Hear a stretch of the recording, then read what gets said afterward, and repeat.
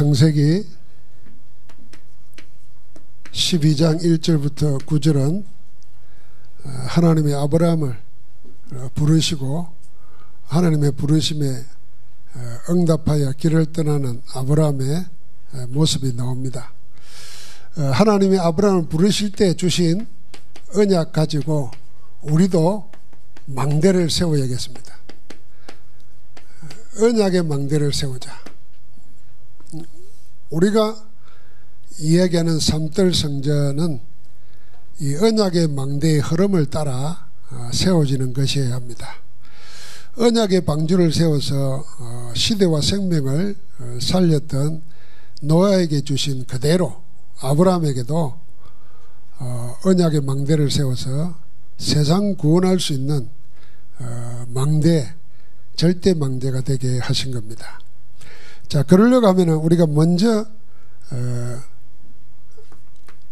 알아야 됩니다. 이게 우리의 눈이 되어야 됩니다. 세상을 보고 나를 보고 또 하나님을 보고 나를 보고 또 하나님을 보고 세상을 보는 관점, 눈이 있어야 됩니다. 그게 세계관이지 않습니까? 세상에서도 세계관 그러면 세상을 보는 창이라 그럽니다. 창문을 통해서 뭘 보잖아요. 그러니까 그 창문에 보이는 것만 보면은 세상 전체를 못 봅니다. 근데 세상은 그런 눈으로 모든 걸 보잖아요. 근데 우리는 우리의 세계관은 뭔가 세 나라가 있다는 것을 늘 생각해야 됩니다. 세상 나라가 있고 사탄의 나라가 있고 하나님의 나라가 있습니다. 세상 나라의 최고 관심은 먹고 사는 겁니다. 뭘 먹을까, 뭘 입을까, 뭘 마실까. 의식주죠. 이 의식주의 기본이 해결되고 나면은 그 다음에 찾는 게 뭐냐 하면은 즐거움입니다. 즐거움. 그걸 다른 말로 말하면은 고대부터 쾌락이라는 겁니다. 우리가 쾌락 그러면 안 좋은 이미지로 막 육신적인 타락하는 이상한 짓 이런 것만 생각하기 쉬운데 이게 다른 말로 하면 기쁨, 즐거움입니다. 의식주 문제 해결하면은 그 다음에 뭐냐면 사람은 쾌락을 추구하게 되어 있습니다. 그런데 이 쾌락이 만족이 되어야 되는데 만족이 안 되잖아요. 끝이 없습니다. 근데 그래서 나오는 게 중독이 되고 또는 다른 쪽으로 방탕하게 되는 겁니다. 그래 결국은 쾌락의 끝이 뭐냐면 멸망으로 이어지는 겁니다. 세상 나라는 엄청나게 발전하고 발달합니다.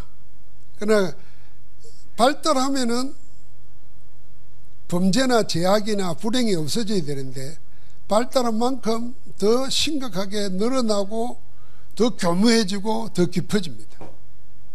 그래서 옛날보다 얼마나 잘 살게 되었습니까? 더 잘 사는데도 행복감을 못 느낍니다. 특별히 우리나라가 더 그렇습니다. 우리나라는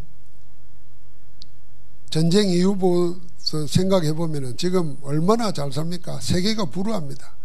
그런데 세계가 불우하는 우리나라를 제일 만족 못하는 게 우리나라 사람들입니다. 어디까지 가야 될 거예요? 미국처럼 되면 행복할까요? 유럽처럼 되면 행복할까요? 의외로 행복한 사람들은 저 네팔 뭐 이런 데 못 사는 나라 사람들이 아프리카 이런 데서는 행복감을 더 느껴요. 그런 걸 보면은 뭘 많이 소유하는 것이 행복의 기준이 아니라는 걸 알 수 있잖아요. 그런데 세상 나라는 끝없이 이렇게 나가게 되어 있습니다.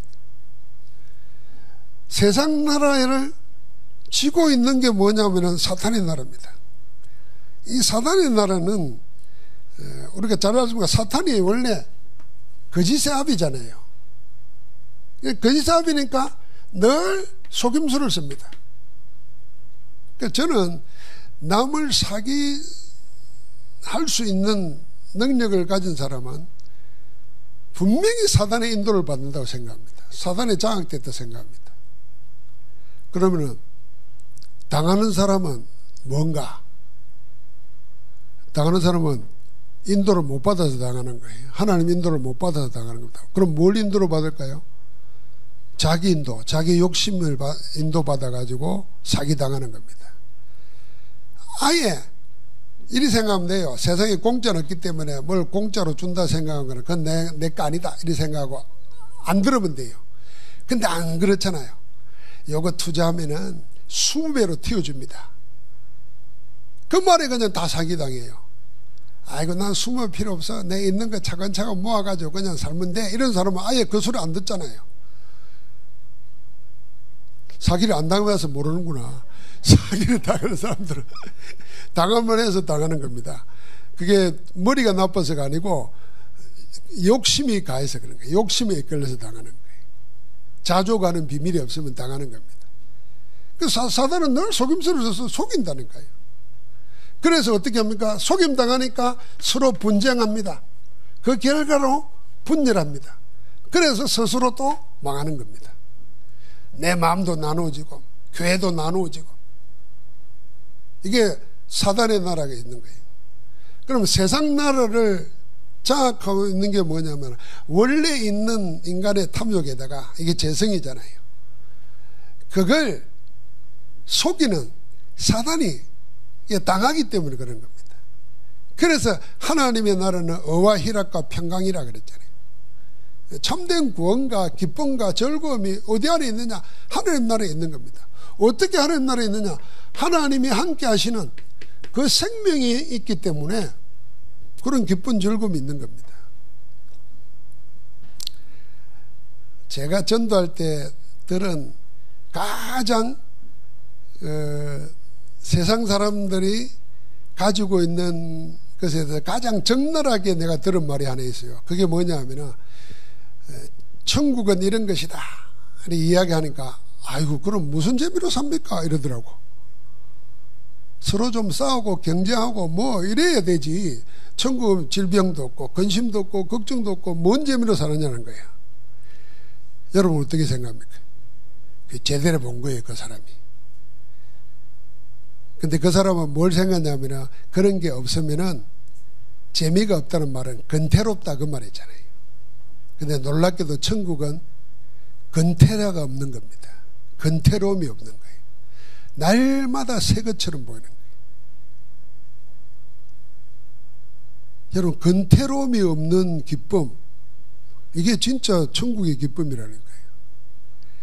자, 우리가 다 그리 안 했어요. 처음 만날 때는 연애할 때는 가슴 뛰고 막 목소리만 들어도 막 힘이 생기고 그랬어요.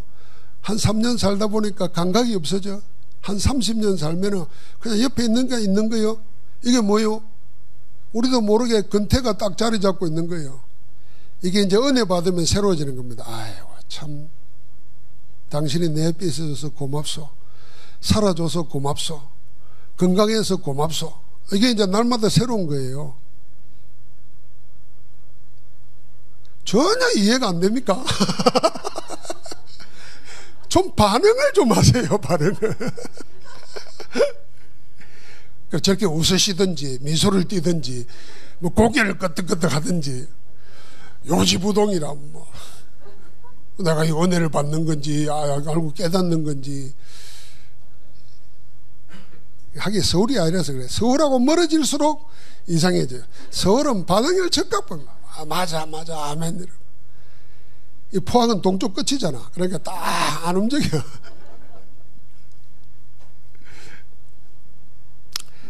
제가 그 말 들을 때 그래 말 사람은 재미가 있어야 살아요. 그래 재밌는 일을 하라. 그게 돈도 된다. 성공한다 그러잖아요. 근데 천국은요 진짜 재밌는 거예요. 왜요? 날마다 새로워지니까. 날마다 새 것이에요. 이 천국이 죽어서 천국이 아니라 살아서 내가 하나님의 은혜 안에 있다는 것을 늘 깨달아 누리면은 오늘 하루가 감사한 거예요.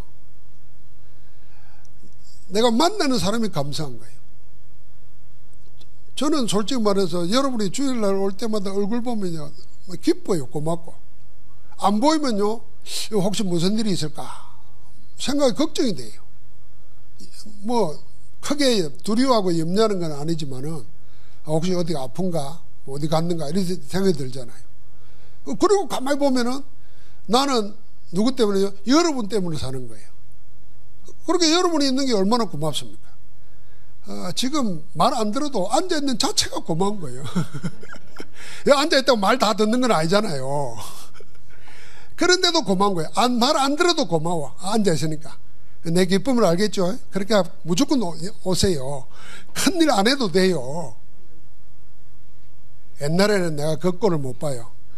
장로가 되고 그럼 되겠냐고 말이에요. 마음에. 은혜 모를 때는, 복음 모를 때는 당연한 거 아니에요. 그렇게 말하는 거죠. 장로가 돼가 집사가 돼가지고 뭐 그게 뭐냐고 말이에요. 아니 여기 내가 다락방 하기 전까지는 몰라도 그 전에 서울에서 부모 갈 때 늘 그런 마음이었어요. 아이고 저거 장로가 돼가지고 말이야. 예배도 빠지고 말이야. 11조도 안 하고 말이야. 그럼 꼭 예배 빠지고 안 하는 11조도 안 하고 헌금도 안 하는 사람들이 꼭 뭔 일생이면 말은 많아요. 이 교회가 그런 데라. 그러면 이거 내가 그 앞에 말은 못하고 속으로 말이지. 이게 파묻혀 있다가 이제 설교 때 노는 거예요. 이게 죽을 맛이지. 근데 지금은 안 그래요. 지금은 내가 여러분이 나의 보물입니다. 보물. 내 기쁨입니다. 야, 목사님 오늘 이상한 말을 다 하네. 이게 내 중심이에요. 내 중심. 여러분도 해보면 알아요. 만약에 여러분이 현장에서 다락방을 하고 제자 한 사람 키우고 해보세요. 내 마음이 이해될 겁니다. 아무것도 안 하면요, 뭔 일이 일어나도 그 사람이 오든지 말든지 관심이 없어져요. 그러니까 당하는 겁니다. 그래서 우리는 늘 기억해야 됩니다. 이 세계를 어떤 눈으로 볼 거냐, 이 세상을 세 가지 나라가 존재하고 있다는 걸 알아야 됩니다. 그래서 우리는 하나님 나라에 우리 자신들이, 구원받은 우리 자신들이 누구냐? 하나님 나라의 백성이라. 그걸 어떻게 해요? 하나님이 예수 그리스도를 언약으로 우리를 백성 삼으신 거예요. 이스라엘 백성을 6월절 날 피 바른 날 구원해 내가지고 시내산에 이르러가지고 언약을 맺잖아요. 내가 너희를 독수리 날개에 업어 여기까지 오게 했다. 나는 너희를 애굽 땅 종되었던 집에서 인도해낸 너희 하나님 여호와다. 나는 너희의 하나님이고 너희는 내 백성이다. 이걸 맺는 거예요. 거기에 이스라엘 백성들은 한 게 아무것도 없어요. 그냥 따라온 것밖에 없어요. 그게 믿음입니다. 만약에 못 믿으면 못 따라오는 거잖아요. 그래서 언약을 통해서 우리는 하나님 나라 백성이 된 겁니다. 이걸 내 자신을 그렇게 봐야 돼요. 그러면은 우리 자신 속에서 하나님이, 우리는 세상에 살잖아요. 이 세상에 무슨 힘으로 살아야 되겠냐 그 말입니다. 그래서 하나님의 힘으로 사는 겁니다. 하나님 내 힘으로, 하나님 주시는 힘으로 사는 거예요. 하나님 백성이니까 당연한 거 아니겠습니까? 하나님 나라 백성의 권세로 가지고 사는 겁니다. 이 세상을 무엇 때문에 사는 거야? 이 세상 살리기 위해서 사는 겁니다. 그걸 보고 전도 선교라는 겁니다. 이게 하나님 우리에게 주신 미션이에요. 우리를 구원하신 목적이에요. 그래서 당연히 하나님의 자녀라는 사실을 확인하는 사람은 하나님이 뭘 하시기를 원하시는 걸 놓고 기도할 수밖에 없어요. 그게 전도 선교라고 말입니다. 그럼 이게 내 세상 사는 목적이 되는 거예요. 내가 살아있는 이유도, 내가 사업하는 이유도, 내가 공부 열심히 해야 되는 이유도 이것 때문에. 이게 하나님, 세상 살아가는 우리가 하나님의 영광을 위해서 하는 것입니다. 그러니까 이 눈을 가지고 세상을 보면은 전부 다 뭡니까? 딱 하나밖에 없습니다. 선교사냐, 전도자냐, 선교 대상이냐, 이걸로 봐야 되는 겁니다. 세상은 뭘로 봅니까? 돈으로 다 봅니다. 돈 많은 나라는 세계 최강대국이에요. 돈 없는 나라는 원조 대상자가 미개발 국가잖아요. 그렇게 봅니다. 뭐 이데올로기를 본다, 그거는 위장한 겁니다. 전부 다 돈으로 보는 겁니다. 만약에 공산주의가 돈 많으면요, 사람들 다 공산주의 할 겁니다. 그럴 수밖에 없잖아요. 그래서 하나님이냐 재물이냐, 이 두 개로 나눠지는데, 이 세상 살면서 우리는 뭘로 보느냐면 이걸로 봐야 되는 겁니다. 복음 가진 자는 전부 다 전도자요, 선교사요. 복음 없는 곳은 아무리 잘 살아도 선교 대상이라. 이렇게 세계를 봐야 되는 거예요. 자, 교회를 봐도 그래야 됩니다. 돈 많이 가졌는데 복음 없다. 그러면 전도 대상자야. 나는 가난하지만 복음 가지면 자는 모든 것 다 가진 자라. 그 복음 전해야 돼. 부자에게도 두려워하지 말고. 자, 이제 역으로 돌아가 봅시다. 내가 왜 내 스스로 이 눈으로 나를 안 보면요, 세상에서 제일 불쌍한 자가 되는 거예요. 세상에서 뭐 해야 될지도 모르지. 그래서 세상에 돈으로 다 판단하는 그 판단 속에 내가 들어가면 나는 지는 거잖아요. 그러니까 여러분과 나는 어디에 있는지를 알아야 됩니다. 그래서 우리는 아무것 못해도 뭐 할 수 있느냐? 복음 가진 자는 모든 걸 다 누리는 기도할 수 있다. 하나님은 지금 뭐 하냐면 하나님이 일하시도록 기도하자, 그 사람을 찾는 겁니다. 그래서 우리를 파수꾼으로 세웠다 그러고, 우리를 보고 뭐냐면 하나님으로 하여금 쉬지 못하시게 하라 그랬어요. 아, 하나님은 우리가 뭐 어떻게 쉬지 못하시게 합니까? 하나님 우리를 보고 우리 기도를 그렇게 힘을 실어 주시는 거예요. 너희가 기도하면 내가 가만히 있는다, 그 말입니다. 그래서 우리가 중요한 거예요. 우리가 기도 동역분과고를 기도하는데 일일이 이름 놓고 기도하잖아요. 여러분 이름 부르면서 기도할 사람 누가 있겠어요? 교회 와서 한 사람 두 사람이 모여서 그 일을 하는데 하나님은 그걸 원하시고 계시는 거예요. 자, 이 눈으로 세계를 봐야 됩니다. 자, 그럴 때 이 아브라함이 살던 시대의 배경이 있어요. 시대의 영적 배경. 아브라함이 살던 시대의 영적 배경은 사단에게 완전히 잡힌 세상 나라입니다. 그게 구체적으로 어떻습니까? 아브라함 이전의 시대가 나오잖아요. 그게 창세기 3장, 6장, 11장입니다. 창세기 3장의 에덴 사건, 창세기 6장의 네피림 사건, 창세기 11장의 바벨탑 사건. 이 세 가지 사건이 전부 다 나타내는 게 뭡니까? 이거 에덴 사건은요, 하나님 버리고 자기 찾는 겁니다. 나 찾는 거예요. 그 누가 그랬죠? 사단이 그렇게 말합니다. 그래서 사단은 항상 하나님 자녀의 나를 안 보고 육신의 나를 보게 만듭니다, 사단은. 그런데 우리가 괜히 하는 말이 아니에요. 이건 콤플렉스로 하는 말이 아니에요. 자꾸 자기 육신 내 있니 없니, 뭐 건강하니 안 건강하니, 배웠니 안 배웠니, 이거 가지고 자기를 보면은 그 사단의 눈으로 나를 보는 거예요. 큰일 나는 거예요. 하나님은 그럼 그걸 모르겠습니까? 내 못 배운 거, 내 없는 거, 내 약한 거 모르겠어요? 아는데도 날 왜 붙잡고 하나님 자녀를 부르십니까? 그 눈으로 나를 봐야 돼요. 할렐루야. 그게 믿음이에요. 그런 세계관의 눈을, 안경을 써야 된다는 거예요. 그런데 에덴 동산에서 그게 실패한 거예요. 하나님은 다 만들어주고 여기서 생육하고 번성하고 정복하고 다스리라 그랬는데 이 사단 뱀을 다스려야 되는데 못 다스린 거예요. 오히려 그 말에 유혹에 넘어가 가지고 자기를 보다가 망해버린 겁니다. 그래서 어느 정도 하냐, 여러분과 나는 하나님 앞에서요, 내가 나를 말 안 해도 하나님 나 책임지도록 하나님만 보면 돼요. 내 병 들었다, 내 병이 잃어버릴 만큼 하나님 봐야 돼요. 잊어버릴 만큼 말이에요. 내 필이 뭡니까? 그러다 보니까 거기에 사단이 완전히 장악해버리는 겁니다. 겉으로 보면 힘센 것 같은데 사단에게 잡힌 자예요. 그게 네피림입니다. 그러니까 세상이 뭐예요? 심판만 할 정도로 망해버린 겁니다. 그래 놓고 나서 개화한다는 것이 뭡니까?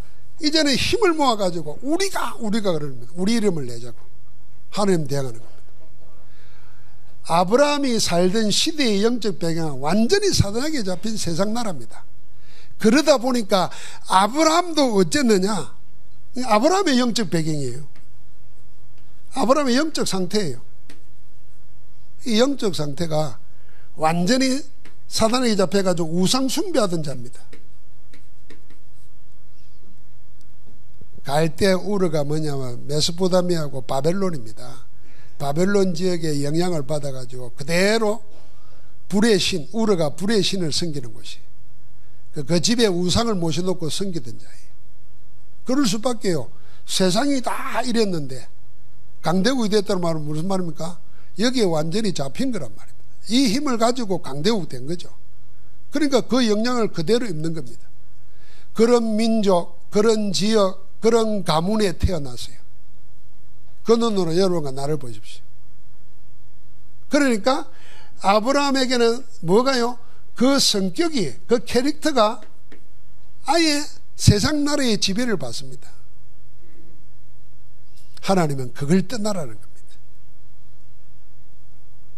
아브라함은 떠나왔지만은 계속 그 영향이 남아있잖아요. 그래가지고 이게 어떻게 성격으로 남아있느냐 하면은 적당하게 타협합니다. 자기와 타협해요. 적당하게. 하나님은 그랬거든요. 내 본토와 친척과 아비 집을 떠나 내가 내게 지시할 땅으로 가랬는데 못 떠났습니다. 다. 그리고 누굴 데려왔어요? 자기 조카를 데려왔어요. 다 버리고 떠나는데 못 떠나는 겁니다. 그러니까 적당히 타협하는 겁니다. 하나님은 그 적당한 타협을 용납 안 하잖아요. 나중에도 적당히 세상과 타협합니다. 그게 뭐죠? 아들 놓을, 하나님은 뭐 큰 민족을 인다 그러는데 아직 자기 아내는 임신도 못 해봤어. 그러니까 세상 법칙대로 처벌되려다가 자손을 낳게 하는 거예요. 그 적당히 타협하는 거예요. 그게 왜 남아있나? 그 성격이 어떻게 형성했나? 세상 나라 속에서 그 가문 속에서 자라고 배우고 하다 보니까 자기 속에 빼여 있는 거예요. 여러분과 내 속에도 그게 있다니까요. 그래서 하나님이 성령 충만하라 그 말을 말하면 이걸 완전히 바꾸어야 된다는 겁니다. 우리가 왜 계속 말씀 듣고 왜 기도합니까? 우리도 모르는 우리가 내 속에 숨어 있다니까요. 여러분, 그래서 내 고집, 내 뜻 자꾸 너무 주장하면 안 된다는 게 그 말입니다. 이게 정말 하나님이 내게 주시는 건가 생각해야 되는 거지. 그러다 보니까 적당하게 회피하고 적당하게 변명두로 되고 이게 세상 나라 속에서 영향받은 아브라함의 상태입니다. 하나님이 아브라함을 부르시는 겁니다. 아브라함의 소명과 아브라함이 바뀌는 겁니다. 아브라함은 어떻게 소명받았습니까? 오늘 여기 창세기 12장 1절부터 9절에 보면 언약적 축복을 받습니다. 이 언약적 축복을 세 가지로 분류를 하면은 제일 먼저 땅을 유업으로 주겠다 그랬습니다. 내가 내게 지시할 땅으로 가라 그랬습니다. 본토 친척 아비 집을 떠나라 그러시더니 내가 내게 지시할 땅으로 가는 거예요. 하나님이 예배한 땅, 새 땅으로 가라는 거잖아요. 그럼 여러분과 나의 의미도 이렇게 생각하면 땅을 우리가 자꾸 밟고 있는 이 땅만 생각하기 쉬운데 여러분과 내가 생각하는 범위도 사실은 땅이에요. 내 생각이 늘 나 이러고 있으면 그게 땅이에요, 솔직히. 그런데 우리가 세계복음화 그러잖아요. 그러면 세계가 내 땅이에요. 나는 지금도 잊을 수 없는 게요. 전도사 때인데 내가 목사로 들어갔잖아요. 부교역자로. 부교역자로 들어갔는데 우리 목사님이 늘 1년이면은 50주를 부흥회하러 다니시는 분이에요. 그럼 월요일날 부흥회를 떠나잖아요. 그럼 내가 김포공항에 모시고 갔어요. 저는 비행기를 수학여행 갈 때 신학교 4학년 때 제주도 가보고는 안 타봤거든요. 근데 내가 공항에 모시다 들어갔잖아요. 또 공항에 마중을 가고. 근데 이 목사님 뭐라 그러냐면, 이 목사, 내가 옛날에 이분이 어떤 분이냐면은 월드미션, 옛날에 선명회라고 그랬어요. 그 이방인들을 외국에다 데려다줘요. 그때 보호자와 그 기관의 담당자가 같이 가야 돼요. 이때 이 목사님이 그 이방인들 데려다 주면서 비행기를 타신 분이에요. 그 이야기를 하면서 이 목사도 나 때문에 공항에 왔으니까 앞으로 비행기 많이 탈 거야 그러더라고요. 아 근데 내가 서울에서는 못 탔는데 다락방 하면서 수도 없이 타잖아요. 지금은 지겨워요, 사실. 그 말을 생각하면서, 야, 내가 한국에만 있을 뻔 했는데, 내 땅을 하나님이 넓혀주신 거잖아요. 그래서 여러분, 지붕을 덮을 수 없는 이 말은 그런 배경 속에도 있는 겁니다. 요 발붙이고 사는 이 땅, 이것만이 아니라니까요. 하나님은 아브라함에게 내가 지시할 땅으로 가라는 거예요. 이 땅의 언약을 주셨어요. 그 다음에 뭡니까? 큰 민족을 이루게 하겠다 그랬잖아요. 큰 민족, 자손 번성의 언약을 주셨어요. 마지막으로 준 게 뭡니까? 모든 민족이 너로 인하여 복을 받을 것이라 그랬어요. 그 세상을 다스리는 걸 줍니다. 왕의 권세를 주신 거예요. 왕의. 이 언약을 하나님이 다 이스라엘은 잊어버리고 있는데, 아브라함의 후손은 이스라엘은 잊어버리고 있는데, 하나님은 이 언약을 차근차근 성취시킵니다. 그 기록이 성경이에요. 그래서 땅을 차지하게 만드는 것, 그 기록까지가 뭡니까? 여호수아서예요. 여호수아서까지. 창세기부터 여호수아까지 땅의 역사를 말하면서 가나안 땅을 다 정복하게 하는 겁니다. 그 다음에 이 자손은 번성은 뭡니까? 70명이 애굽에 들어갔는데 나올 때는 1천만 명 이상이 돼가 나와요. 세상이 두려워할 정도로 번성시켰잖아요. 그리고 나중에 뭡니까? 그로 인해서 다윗 왕이 나와서 세상에 하나님의 영광을 돌립니다. 그런데 이게 영적으로 다 완성하신 분이 누구냐면 예수 그리스도인 겁니다. 예수로 왕적 권세를 가지고 다스리시고, 예수를 믿는 자라고 하나님 자녀되는 권세를 주시고, 자손. 그래서 이제는 땅을 차지하도록 우리에게 뭐요? 모든 민족에게 제자를 삼으라 그러고, 예루살렘과 유대와 사마리아 땅끝까지 내 증인이 되리라, 그렇게 하겠다 그 말 아닙니까? 지금도 그 언약을 이루고 계시는 겁니다. 아브라함이 이걸 받은 거예요.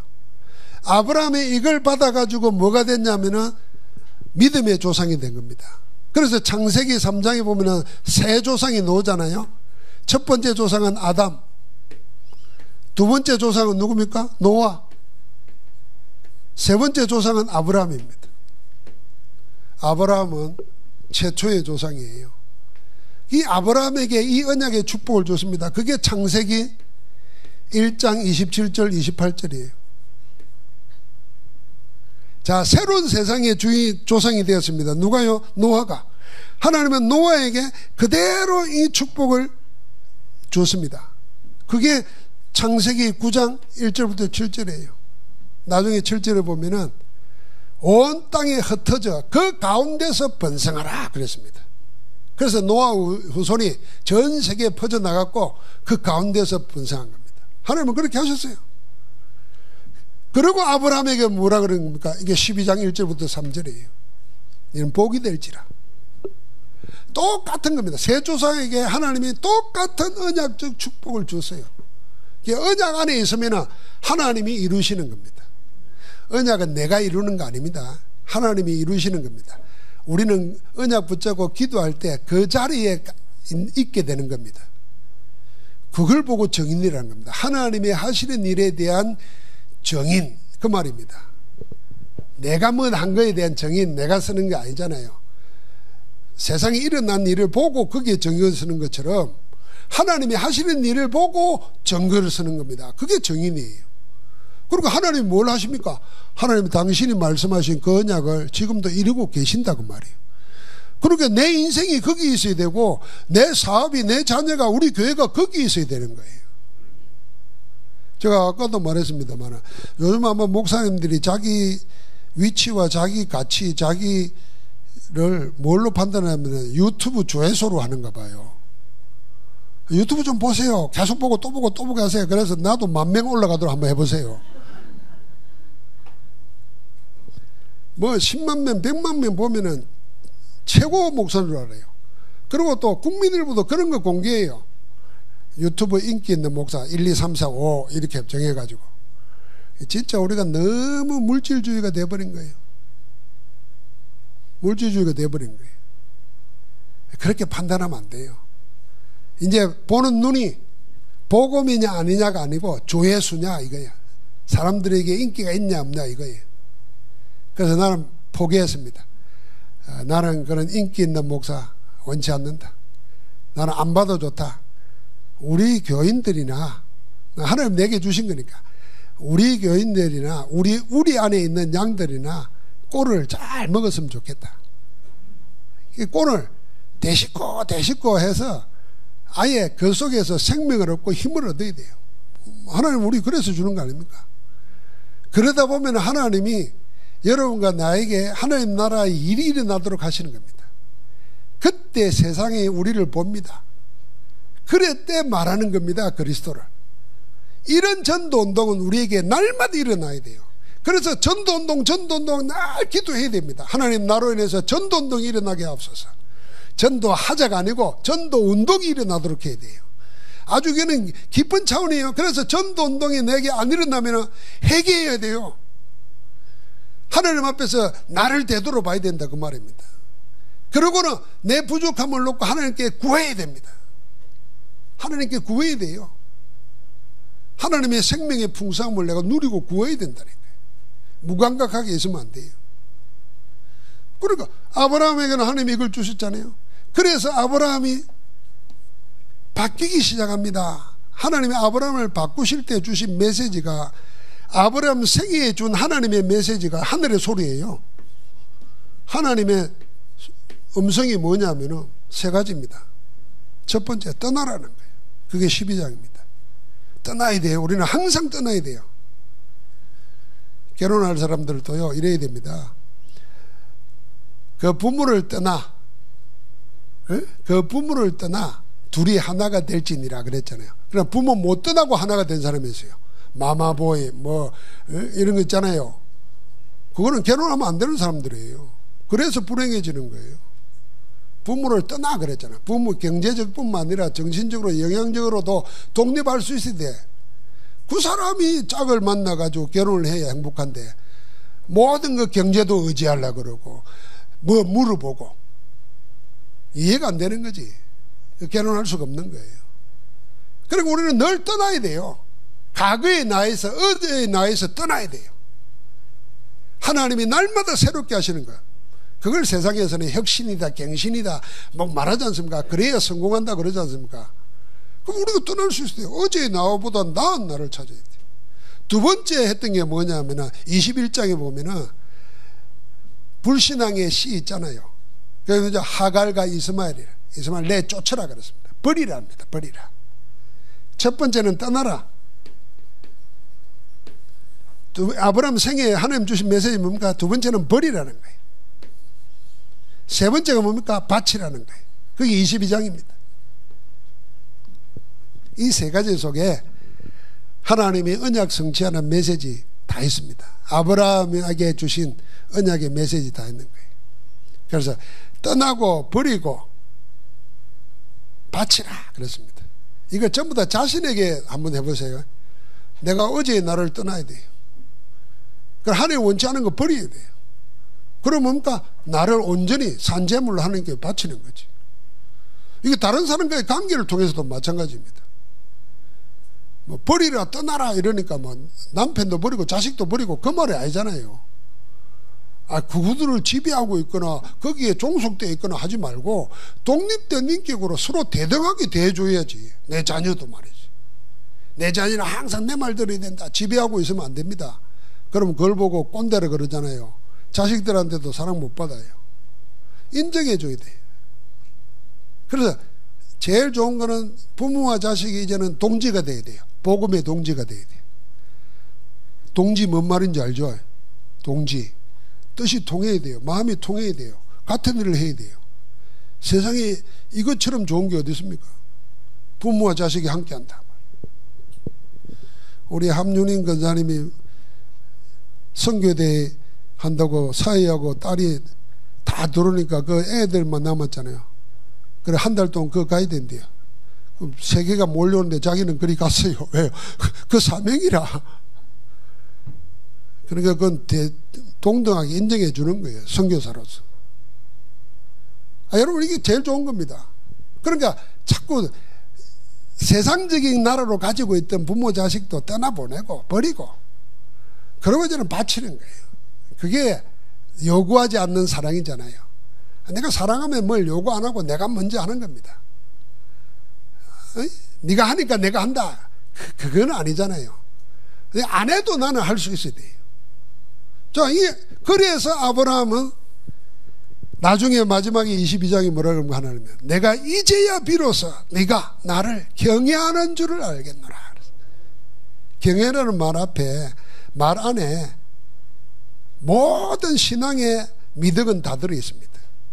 경외라는 말은 두렵고 떨리면서 섬긴다는 말이 아니고 존경하고 공경하면서 하나님을 그러면서도 하나님으로 섬기는 거잖아요. 그 안에 사랑이 담겨 있습니다. 두려워가지고 무서워가지고 섬기는 거는 그런 우상 귀신들이 하는 짓이잖아요. 벌 받을까봐. 하나님을 그렇게 섬기면 안 되죠. 하나님을 공경하고 사랑하고 최고로 할 게 뭐겠 하나님을 영화롭게 하는 거죠. 차원이 다르다 그 말이에요. 그렇게 아브라함은 성장합니다. 자, 그래서 우리도 언약의 조상들이 세운 이 언약의 망대로서의 교회를 세워야 되는 겁니다. 우리 교회는 언약의 망대가 되어야 됩니다. 복음의 빛을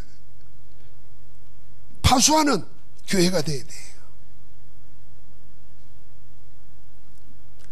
여러분이 나를 위해서 기도할 때도 목사들을 위해서 기도할 때는 최고의 것은 전도 선교사로 사는 것이고 말씀을 복음만 오직 복음만 말할 수 있도록 하는 것이 목사를 위한 최고의 기도고 최고의 찬사 아닙니까? 그렇게 기도해야 됩니다, 여러분. 그래서 사람 비유 맞추고 시대가 뭐 원하는 거 맞춰서 하는 게 아니고 물론 그런 것도 있어야 되죠. 그러나 세상에 안 들어줘도 하나님이 하시기를 원하시는 그 말씀만 해야 되는 거예요. 나는 우리 교회가 그렇게 되는 교회. 그래서 나중에 하나님이 다 정전되어 버렸어요. 재앙이 내려가지고 세상 정전이 다 됐어요. 그래도 꺼지지 않는 불이 뭡니까? 그게 등대입니다. 등대. 망대예요. 망대는 항상 비상발생기가 있어가지고 돌아야 돼요. 그러면은 빛을 찾아올 거 아닙니까? 그럴 때 우리 교회가 언약의 망대로서 사람들이 영적 문제, 정신 문제, 시대 문제 해결할 수 있는 메시지가 어디 있냐? 찾아오도록 만들어야 돼요. 여러분 거기에 전부 다 우리가 언약 안에서 하나가 되어야 될 줄 믿습니다. 그래서 우리가 세우는 교회는 이런 언약 성취하는 교회로서 언약의 망대인데 이게 미래 세계를 대비하는 것입니다. 미래 세계는 뭐겠습니까? 뭐 쉽게 말하면 우리가 지향 시대가 오는 겁니다. 영적 문제 뿐만 아니라 정신 문제. 그리고 나중에는 인간이 AI 로봇에게 지배당하는 시대가 올지도 몰라요. 그래도 거기에 지배당하지 않는 하나님의 사람들이 있어야 되잖아요. 그러니까 우리는 미래 세계를 대비하는 겁니다. 청소년들은 우리하고 다른 세계관에 삽니다. 세상이 달라요. 우리가 사는 세상하고 다른 세상을 지금 똑같은 시대에 살고 있는 겁니다. 앞으로는 이제 AI가 나오면은 더 어떤 시대가 될지 몰라요. 그럼 우리는 그 시대를 대비해야 됩니다. 그 시대를 대비하는 전략이 뭐냐 하면은 그런 의미에서 이걸 생각해야 됩니다. 삼들 성전. 그래서 세상이 다 열려서 하나로 통하게 될 텐데 그래서 다민족 237 사회 가는 겁니다. 요공사님이 이번 주간에 한 메시지 가운데 이런 말이 있어요. 우리나라가 뭐 출산율이 낮다 후대 때 걱정하는데 그걸 세계가 하나라는 눈으로 보고 세계보고만의 눈으로 보면은 다른 나라가 우리나라에 몰려온다. 그래서 시민권도 줘야 된다. 그게 하나님의 계획이라는 거예요. 그래서 그거 구태에 걱정할 필요 없다. 이 말까지 하시더라고요. 그 말은 그리 되면 우리 민족의 순수성은 어떻게 됩니까? 원래 우리 민족이라는 게 없어요. 여러분, 우리 민족이라는 게. 여러분, 요새는 미국에는 유전인자 조사하는 게 있대요. 그러면 추적해서 쫙 올라가면은 내 할아버지, 위에 할아버지가 어디에서부터 왔는가 다 온대요. 그런데 그 조사되는 사람 책을 읽어보니까 자기는 독일계 백인인데 조상 중에 아예 아시아 계통의 조상도 있다 그러더라고요. 우리는 안 그럴 것 같습니까? 몰라요. 여기 허씨하고 저 김해 김씨는 저 인도 공주가 이리 와가지고 저 그거 했잖아요. 사람들이 나를 보고는 한국 사람 안 같고 저 스페니시 같다는 거예요. 그러면서 우리 계례를 보고 스페니시 같다는 거예요. 그럼 어떻게 보면 그렇게도 보여요. 나 또 몰라요. 우리 조상 중에 거슬러 올라가다 보면 그래서 있는 줄도 몰라. 모릅니다. 원래 에덴 동산에서 다 나왔어요. 그러니까 우리가 다민족 시대라는 거는 특별한 시대가 아니고 이제 하나님 뜻 안에서 세계 복음화라고 하는 시대에 오는 거예요. 그래서 우리가 237사에 가는 겁니다. 자, 왜 우리가 기도의 뜰을 만들고 기도의 뜰을 통해서 복음 가지고 치유하느냐 하는 겁니다. 복음 아니면 치유가 안 됩니다. 이거는 육신의 질병만 해당되는 거 아닙니다. 저는 육신의 질병까지도 복음이라야 해결된다고 봅니다. 여러분, 의사나 약은 다 우리가 도움 받는 거예요. 그래서 약도 발명하면은 임상실험을 거치지 않습니까? 임상실험 테스트를 거치는데 다 테스트 시험하잖아요. 그러고 나면은 부작용이 꼭 있어요. 부작용이 없는 약은 하나도 없습니다. 그럼 완전하지 않다는 거잖아요. 도움을 받을 뿐입니다. 그러면은 하나님의 능력은 우리 육신과는 아무 관계 없겠습니까? 그래서 여러분과 나에게 돈 안 들고 검정되고 아무 부작용 없는 거 있는데 그게 두 가지의 치유를 위해서, 그게 호흡하고 기도입니다. 두 생명성 잊지 말아야 됩니다. 여러분, 호흡을 통해서 하나님이 주시는 육신의 생명 회복이 됩니다. 그러니까 여러분, 호흡은 신경 써서 의식해서 하는 만큼 도움됩니다. 어떤 유명한 그 한의학자예요. 엊그제 내가 뭐 인산 그 주겸 만든 분 있잖아요. 그분이 써놓은 글을 잠깐 보는데요. 우리 폐하고 우리 심장은 가슴만 펴도 낫는데요. 그러니까 이 두 개는 갈비뼈를 보호해 놨잖아요. 그러니까 이렇게 움츠리고 이렇게 하는 것 자체가 이 폐나 심장을 쭈그리게 한다는 거예요. 그러니까 이것만 펴도 폐는 건강해진다는 거예요. 내가 그 말 들으니까 맞아요. 이것만 펴는데요, 허리도 좋아지고요, 소화도 되고 다 돼요. 사람도 자신감 있게 보이잖아요. 벌써 우울해지고 눌리고 하면요, 이거부터 일이 됩니다. 고개부터 숙여주고. 이게 사단이 막 쳐박는 거예요, 우리를. 고개를 드시오. 교만하듯이 하시오. 그렇게 괜찮아요. 그래서 여러분, 저는 아침에 일어나면 제일 먼저 호흡하는 게 창문 열고 이거부터 다 걸어 들으시고 내쉬고 기도하는 거예요. 바쁠 때는 7만개, 7여정, 7이정표 이것만 합니다.